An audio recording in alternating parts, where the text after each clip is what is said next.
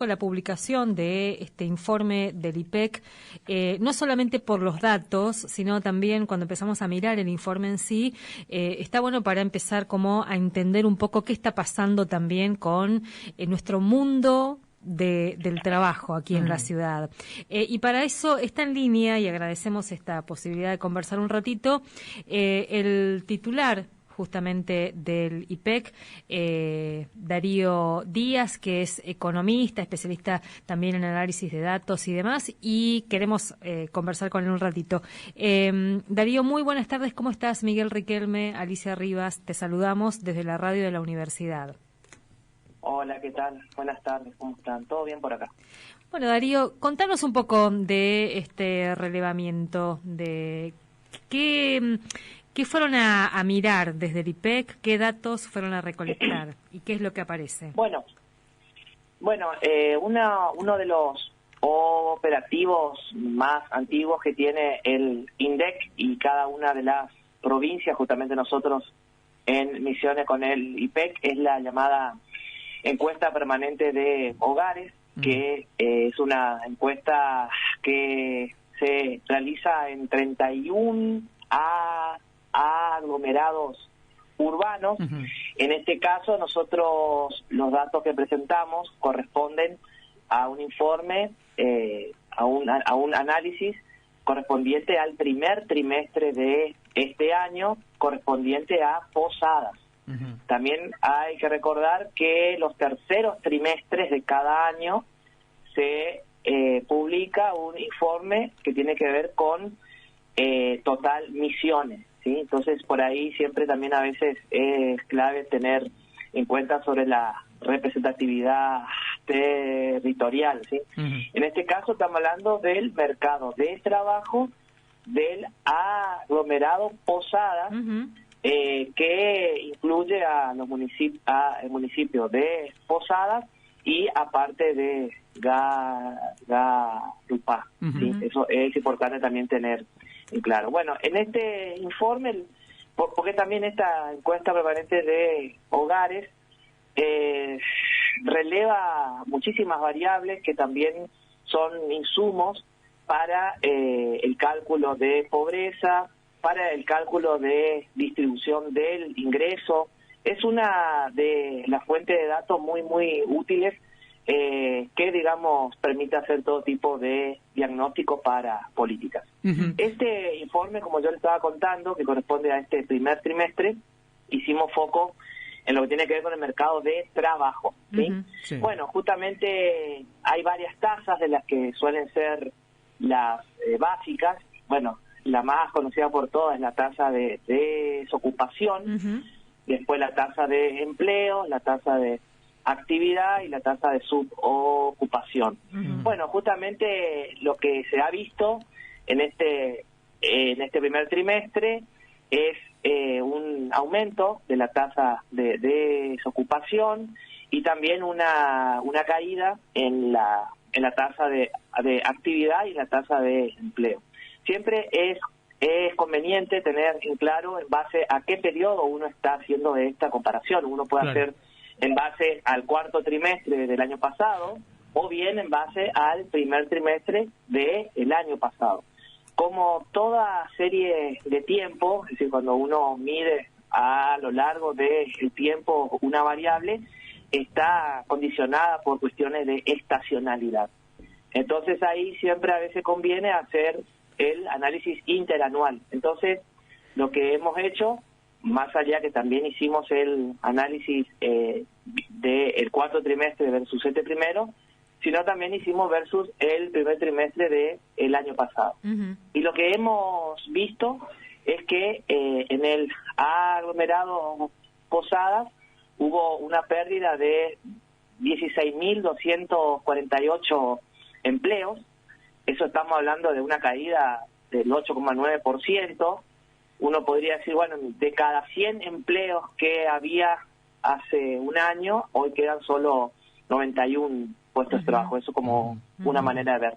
Y esa pérdida de empleo es solo una parte de la historia, porque también 15.194 personas abandonaron completamente la búsqueda de empleo. Claro. Es lo que decimos nosotros, que se retiraron de la PEA, de la población económicamente activa. Este fenómeno a veces se le suele llamar efecto de desaliento, que justamente a veces suele ser hasta más grave que la misma pérdida directa. Y Darío, te interrumpo solo un segundo. Más de una vez ese dato en las estadísticas suele no aparecer, entonces es como un dato oculto, digamos. Está muy bueno que ese dato acá aparezca porque uno puede hacerlo jugar con los otros que están, ¿no? El que está sin empleo pero sigue buscando. Cuando uno hace un análisis de lo que es el mercado, uno tiene que fijarse la oferta de empleo y la demanda de empleo. Le digo cómo es la foto al día de hoy. Exacto. En Posada, digamos, la población total asciende a unos 392.000 personas. ¿Sí? De esas 392.000 personas, la que constituye la PEA, esta población económicamente activa, es de 177.000 personas. Y de esas 177.000 personas, hay 166.000 personas que tienen trabajo y hay 11.000 desocupados. Es importante tener en claro que para la encuesta permanente de hogares, la pregunta que es la que determina si una persona tiene trabajo es si en la última semana de referencia trabajó al menos una hora en una actividad remunerada, ¿sí?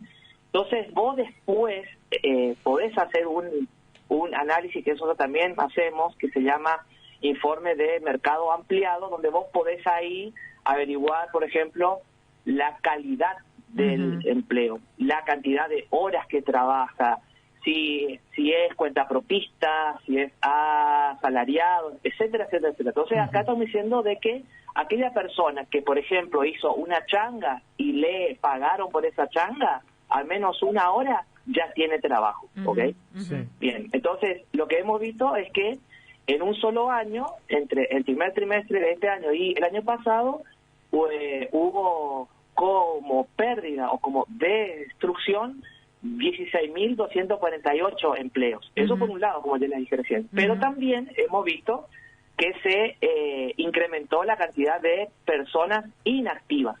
Porque aquella persona que no tiene trabajo, pero que tampoco está buscando activamente trabajo, se retira de la PEA y pasa a ser ahora una población inactiva. Entonces, cuando uno hace la suma de la PEA más los inactivos, ahí es cuando uno obtiene la población total. Entonces, lo que hemos visto es que en este fenómeno del año, no solamente se perdió empleo, sino que hay también muchas personas que dejaron de buscar activamente empleo, por lo que entonces salen de ese cálculo del desempleo, ¿sí? Pasan a ser inactivos. Darío, mirando un poco también el informe, que tiene cosas muy interesantes para entender y para complejizar un poco los datos, ustedes hablan un poco de la cantidad y del porcentaje de empleo formal, del empleo informal, y es muy impresionante dimensionar que un 55,5% de la población está sin protección social, es decir, está en la informalidad, podríamos decirlo, ¿no?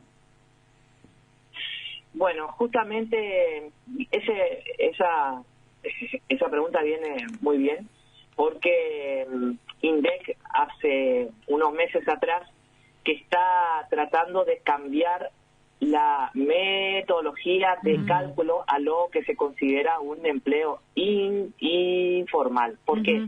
Porque hasta ahora lo que se considera como empleo, también llamado antes en negro, también que eso digamos solía llamarse, era aquella persona asalariada que no se le practicaba descuento jubilatorio. Claro. ¿Sí? y dejaba de lado a los cuentapropistas, que también pueden hacer sus propios aportes, a los empresarios, etcétera, etcétera. Entonces ahora, desde el cuarto trimestre del año pasado, el INDEC lo que dijo, bueno, ahora voy a ampliar a que yo le voy a llamar empleo informal, y entonces en la encuesta lo que hace es incorporó algunas preguntas sobre si el trabajador tiene conocimiento que la empresa esté en condiciones informales. Entonces, por ejemplo, ahí ya amplía mucho más, digamos, esta aplicación. Pero sí, podemos decir lo que yo hace unos 3-4 años atrás, digamos, ahora en el 2021, hice un artículo científico que se publicó por ahí, en el cual era saber poquito de qué depende este empleo, digamos, en negro, y lo que se había visto es que había muchas variables que, digamos, por género, las mujeres eran las que tenían mayor probabilidad de tener un empleo informal. Después, las micro, pequeñas y medianas empresas también, ¿sí? Y también mucho tenía que ver por la rama. Por ejemplo, uno de los sectores que más empleo informal tiene es el servicio doméstico, fuertemente, y también otra era la rama de la construcción. Entonces, cuando iba mirando ahí, había ciertas variables en los que uno podía hacer foco, y ni hablar también que una de las variables clave era la edad, donde había mucho eso te quería preguntar, ¿no? Negro en los jóvenes. Tomando nota que Misiones tiene una de las poblaciones, si no la más joven del país en relación a la cantidad de población por debajo de los 19 años, por ejemplo, como dice el censo del 22, ustedes seguramente habrán hecho el cruzamiento también por grupo de edad. Así es, sí, nosotros en el informe de mercado ampliado hacemos hay una parte que hablamos sobre empleo joven, por ejemplo, y ahí, digamos, consideramos hasta los 24 años, y también en otro informe hemos ampliado hasta los 29, porque también sabemos que hay que ya, digamos, ser jóvenes puede llegar a ser... Yo soy adolescente y tengo 45, por ejemplo. Bueno, ahí ya estamos un poco más es medio patológico esto. Eso ya es otro tema. Pero sí podemos decir que sí, digamos, la edad es uno de los factores determinantes de lo que es el empleo negro, y, digamos, se ve mucho en el empleo joven, y particularmente dentro, y también hicimos nosotros algo que es de acuerdo a la calificación del trabajador, y vemos también que aquellos no calificados o con un nivel técnico básico también tenían mayor chance de estar en empleo negro. Pero sí podemos decir que estamos hablando de tasas históricas que rondan entre el 32 al 45%. Digamos que eso es algo bastante estructural, no solamente en nuestra provincia, en el NEA, y ni hablar en el total país. Darío, y en términos así generales, digamos, ¿está bien hablar de crisis en el sector, crisis de empleo en nuestra ciudad? Y después, en todo caso, desagregar para ver cuáles son los sectores o las ramas más afectadas, pero ¿estamos en crisis? Y mira, cuando la tasa de desocupación pasa de aproximadamente el 3% al 6% en un solo año, que se duplica, es una alarma bastante importante. Y también sumado, como también yo le dije, no solamente a la caída en la cantidad de empleo, sino también en la caída en la tasa de actividad, porque estamos hablando de que cayó, ahora estamos en el 45,1%, siendo que habíamos logrado 48, 49%, ¿sí?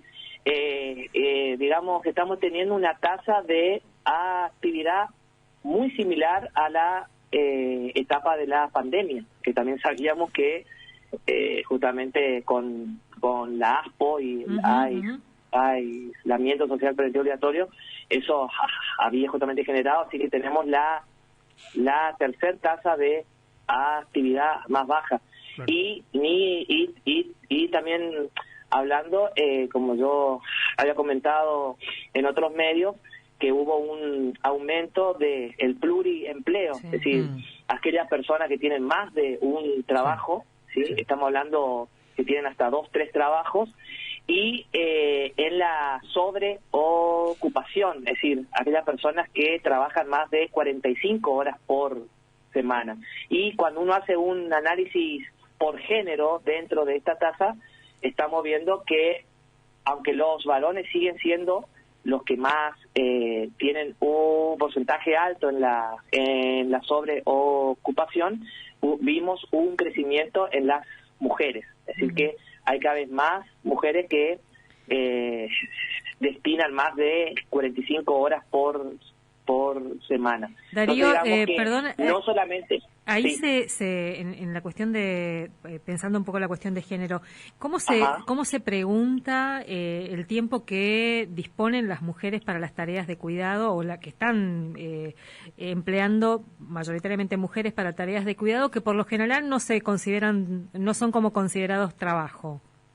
Bueno, muy buena pregunta, porque justamente cada 5 o 6 años el INDEC, junto con todas las provincias, se hace la encuesta del uso del tiempo y del trabajo doméstico. ¿Sí?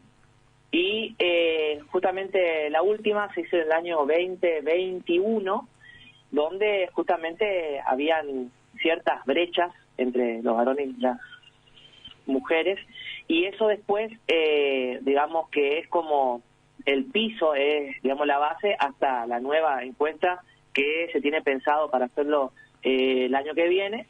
Entonces, esa encuesta es la base, sumado también a que en la encuesta permanente de hogares se le hace preguntas puntuales sobre si cuántas horas destina para el trabajo remunerado, ¿sí? Porque también se considera que estos factores son estructurales. Es bastante similar como también cuando hacemos el índice de precios al consumidor, que cada 6, 7 años se hace la encuesta de gastos de los hogares, donde uno puede medir si hubo cambios o no en los hábitos de compra y en los hábitos de consumo. Pero sí, digamos, hay una encuesta muy particular que se llama encuesta del uso de el tiempo, donde justamente se hace varias preguntas, desde, yo por ejemplo, ¿qué es aquella persona que es decir, que cae dentro de esta muestra? Se le dice, bueno, desde las 12, desde las 0 horas, quiero que me vaya contando cómo es un día típico suyo, un día lunes o un día sábado, y ahí empieza a contar lo que va haciendo. Qué impresionante eso, ¿no? Porque eso te permite dimensionar también cómo se valora esa actividad. Sí.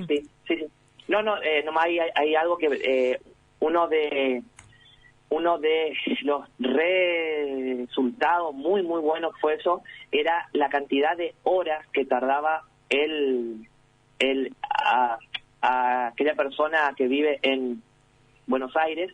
Tardaban un promedio 4 o 5 horas de viaje para poder llegar a su trabajo, y eso después, cuando vos le das un valor, digamos, vos ves lo que se suele decir, el deterioro en la calidad de vida, digamos, porque cuántas horas uno destina. Entonces ese análisis también podés hacer, pues es muy útil, y esas bases de datos también invito a todos, está subido en la página web del INDEC, en base de datos, donde uno puede hacer muy buenos trabajos sobre este tema. Darío, para cerrar, por lo menos de mi parte, este dato del 6% de desocupación que venís describiendo, y que es muy interesante, además todo lo que aparece acá, si uno lo cruza con los índices de pobreza en Posadas, ¿qué hay que leer ahí? Bueno, en primer lugar, nosotros estamos hablando del mercado, digamos, de empleo del primer trimestre, es decir, este inicio, y el último dato que nosotros tenemos sobre pobreza es del segundo semestre del año pasado. Entonces ahora, igualmente nosotros en el IPEC, ya desde el año 2015, que también hacemos un informe de pobreza multidimensional, porque no solamente consideramos que una persona es pobre si no puede cubrir con sus ingresos una canasta básica, sino también tiene que ver con las condiciones de vida que tiene esa persona.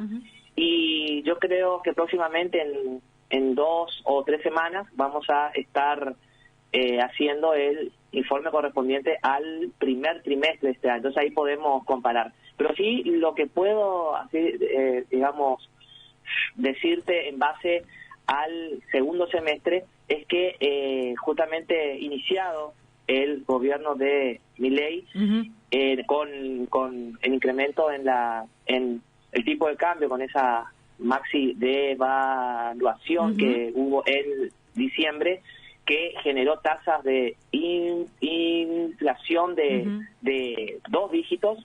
Eso generó un aumento muy significativo de la pobreza, pero ya después, en el segundo semestre, lo que hemos visto por la desaceleración de la tasa de inflación, justamente hubo una baja, pero siempre teniendo en cuenta ese aumento súbito que tuvo, ¿no? Entonces siempre yo digo, a veces cuando uno tiene que comparar, tiene que darse cuenta en base a cuál es tu patrón de comparación. Entonces a veces por ahí, bueno, si yo voy a comparar el segundo semestre, tendría que comparar con el mismo periodo, pero de 2 o 3 años atrás. Entonces eso por ahí siempre ayuda, ¿sí? Pero digamos, una cosa es, digamos, pobreza, que en este caso vamos a estar subiendo un informe próximamente, donde no solamente nosotros consideramos lo que es canasta, sino también lo que hace a la pobreza estructural, y ahí vamos a poder tomar, hacer algunos análisis y cruzamientos sobre cómo esto impacta